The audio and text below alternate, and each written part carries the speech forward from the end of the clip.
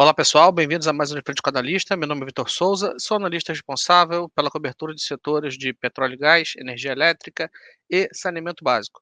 Hoje a gente vai falar sobre um documento que a gente publicou recentemente, falando aí sobre as prévias da Petrobras e que o nome desse documento é o evento mais importante do ano. Será que a gente está falando sobre os resultados da Petrobras mesmo ou sobre um outro assunto muito mais quente do que isso? Então, não se esqueça de deixar o seu like, o seu comentário aqui no vídeo. Se tiverem perguntas, mande aqui embaixo que nós responderemos para você. Então, agora é só puxar a vinheta.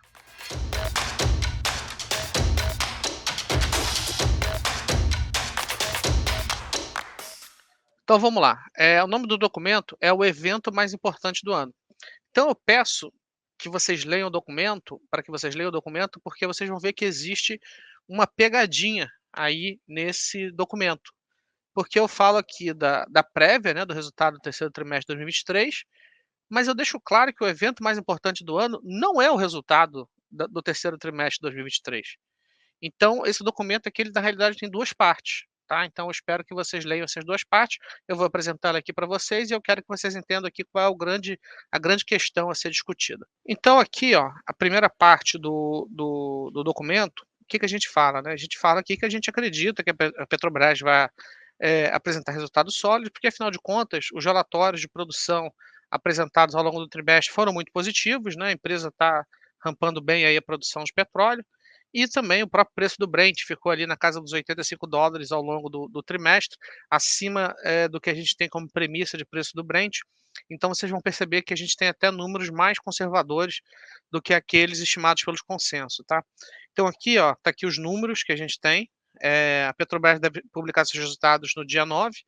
Em relação ao terceiro trimestre de 2023, estimamos o EBITDA de 57 bilhões, tá? Então, aí a gente coloca aqui as premissas, né? Para eu não ficar aqui lendo um texto para vocês, dei uma lida aqui, né? Mas basicamente eu introduzo esses temas que eu já comentei, né? O preço do barril e etc. E lembrando aqui que a gente está com números até um pouco mais conservadores que o consenso. E um outro ponto importante também é o pagamento do dividendo. Como vocês sabem, a política de dividendo é distribuir 45% do lucro operacional menos investimentos, e fazendo essa continha de padeiro aqui, a gente chega a um preço de ação a um dividendo por ação de pelo menos R$ 1,24. Como os nossos números operacionais, né, em termos de EBITDA, eles são mais conservadores do que o consenso, e o próprio preço realizado do petróleo ficou acima das nossas estimativas, faz muito sentido que o número seja maior do que esse daqui. Então existe aí o upside risk, né, em termos de pagamento de dividendo em relação às nossas estimativas, e além disso, a empresa tem investido menos do que aquilo, que foi anunciado no seu planejamento estratégico do ano passado, né. Então assim, é um pouco contraditório. Então assim, se o pagamento de dividendo depende da quantidade de investimentos que foi feito, à medida que você investe menos, sobra mais dinheiro para distribuir mais dividendo. Então esse número que eu tenho aqui, eu sugiro que vocês considerem ele como um piso, tá. Na realidade eu acho que vai ser mais do que isso, assim, 1,30, 1,40, 1,50, a depender aí da generosidade do capex executado ao longo do ano. E aí eu comento isso aqui também, ao longo do documento, né, que o plano de investimentos oficial da empresa para 2023 era 16 bi de dólar, e por enquanto a empresa investiu menos de 6 bilhões, né, então a gente está falando aí de uma realização de 35% do valor do investimento esperado. E, enfim, caso ou a empresa acelera os investimentos nesse trimestre, ou muito possivelmente ela vai subinvestir ao longo do ano. Então aqui os números estão aqui, fiquem à vontade aí para aproveitarem. E vamos à segunda parte do documento que eu particularmente considero a mais interessante, que eu coloco aqui, que é o planejamento estratégico de 2024, 2028. Todo ano a empresa ela atualiza seu planejamento estratégico, tá? Então ela coloca ali tudo que ela observa para os próximos 5 anos, e quais os projetos que ela julga interessantes, quais os projetos que não são interessantes, e ela divulga também as premissas, né, que subsidiaram esse fluxo de investimentos, então premissa de preço de petróleo, premissa de dólar e coisas assim, e ela também divulga a quantidade de investimentos necessárias para os próximos 5 anos. E é exatamente aqui apesar de ser um evento que múltiplas variáveis devem ser observadas, na minha opinião, e essa é a prévia, por isso olha a malandragem de eu ter colocado aqui também no dentro de um documento de prévia. É como se eu tentasse fazer uma prévia, não de maneira numérica, mas de maneira estratégica em relação ao que esperar do planejamento estratégico de 2024, 2028, que seria um update, que seria o primeiro planejamento estratégico com o novo governo federal, né. Então, assim, essas coisas não acontecem de uma hora para outra, né. O atual governo foi eleito em relação ao governo anterior do ex-presidente Jair Bolsonaro, então muda as diretrizes, né. Então, assim, na minha opinião, o ponto mais sensível desse evento é exatamente a quantidade de investimentos que a empresa vai fazer nos próximos 5 anos, a atualização desse fluxo de investimentos, mas também no que ela vai investir, no que ela vai investir. Como vocês bem sabem, o que a empresa faz melhor? Exploração e produção de petróleo. Bacia de Campos, Bacia de Santos, pré-sal e etc.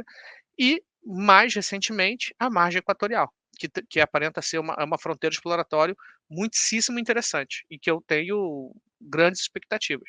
É importante lembrar que ela é uma fronteira exploratória, pode ser que não dê certo, mas, assim, a empresa investir naquilo que ela é boa, é exatamente isso que todo mundo quer.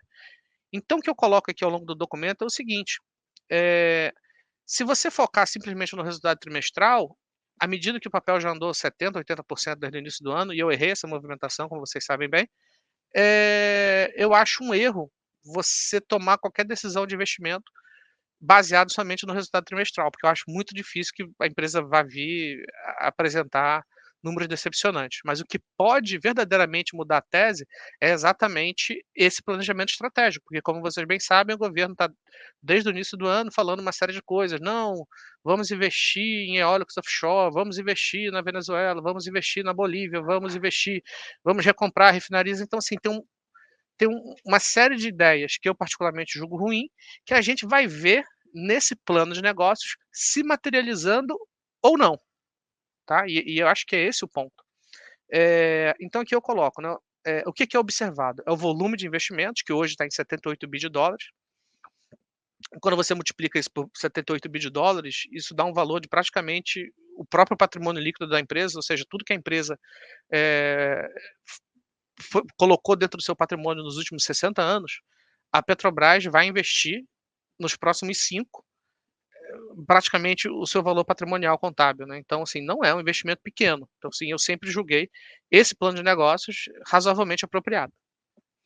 Então, a gente tem que ver não só o volume de investimentos, mas também no quanto desses investimentos vão ser alocados no segmento de exploração e produção, tá. E a nossa leitura reside exatamente no ponto 3, que está aqui no texto, que reside o maior risco em relação à empresa, né. A ideia da empresa investir no segmento onde reside a sua grande expertise, não deve ser interpretado como algo necessariamente negativo, ou seja, se ela incrementa a quantidade de investimentos, mas incrementa a quantidade de investimentos na margem equatorial ou no pré-sal, eu vou achar muito positivo. Agora, se ela incrementa investimentos e a maior parte desses investimentos vai para outras coisas, eu não acho que a leitura vá ser positiva, tá. E é mais ou menos isso que esse documento tenta mostrar, né, que então, assim, se o pagamento de dividendos é 45% do fluxo operacional, menos investimentos, se aumenta o investimento, naturalmente vai restar menos caixa para ser distribuído em dividendos. Agora, se esse investimento for ruim, de fato, assim, eu acho que a leitura vai ser muito negativa, tá.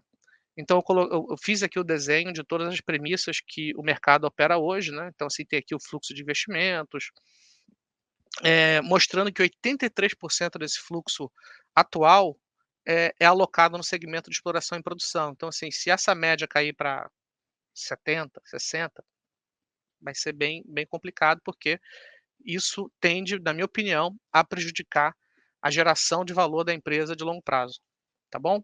Então é isso, talvez eu tenha ficado um pouco redundante aí em alguns momentos desse vídeo, mas eu espero que vocês aproveitem e, vale lembrar que esse planejamento estratégico deve acontecer no mês de novembro, tá. Então, nos próximos 20 dias aí, muito possivelmente, a gente ainda não tem uma data, mas vamos ficar de olho. Eu recomendo também que vocês dêem uma lida num artigo que saiu hoje no jornal O Globo, que fala exatamente sobre isso, né, que, novo plano estratégico da Petrobras provoca racha entre conselheiros. Então, assim, se fosse algo simplesmente para ser desprezado, eu não acho que, eh, estaria saindo essas notinhas aí na mídia, né. Então, assim, vamos deixar as barbas de molho, e a minha recomendação é que, se você pretende continuar investindo na Petrobras, ainda que isso não seja a nossa recomendação, espera um pouquinho, tá, espera um pouquinho, espera sair os números, tá, porque eu acho que a simetria aí tá para cima, às vezes não é tão grande, né, o papel já andou bastante, e para baixo aí vai ser ladeira abaixo se os números que saírem forem muito complicados. Então é isso, espero que vocês tenham gostado e até a próxima.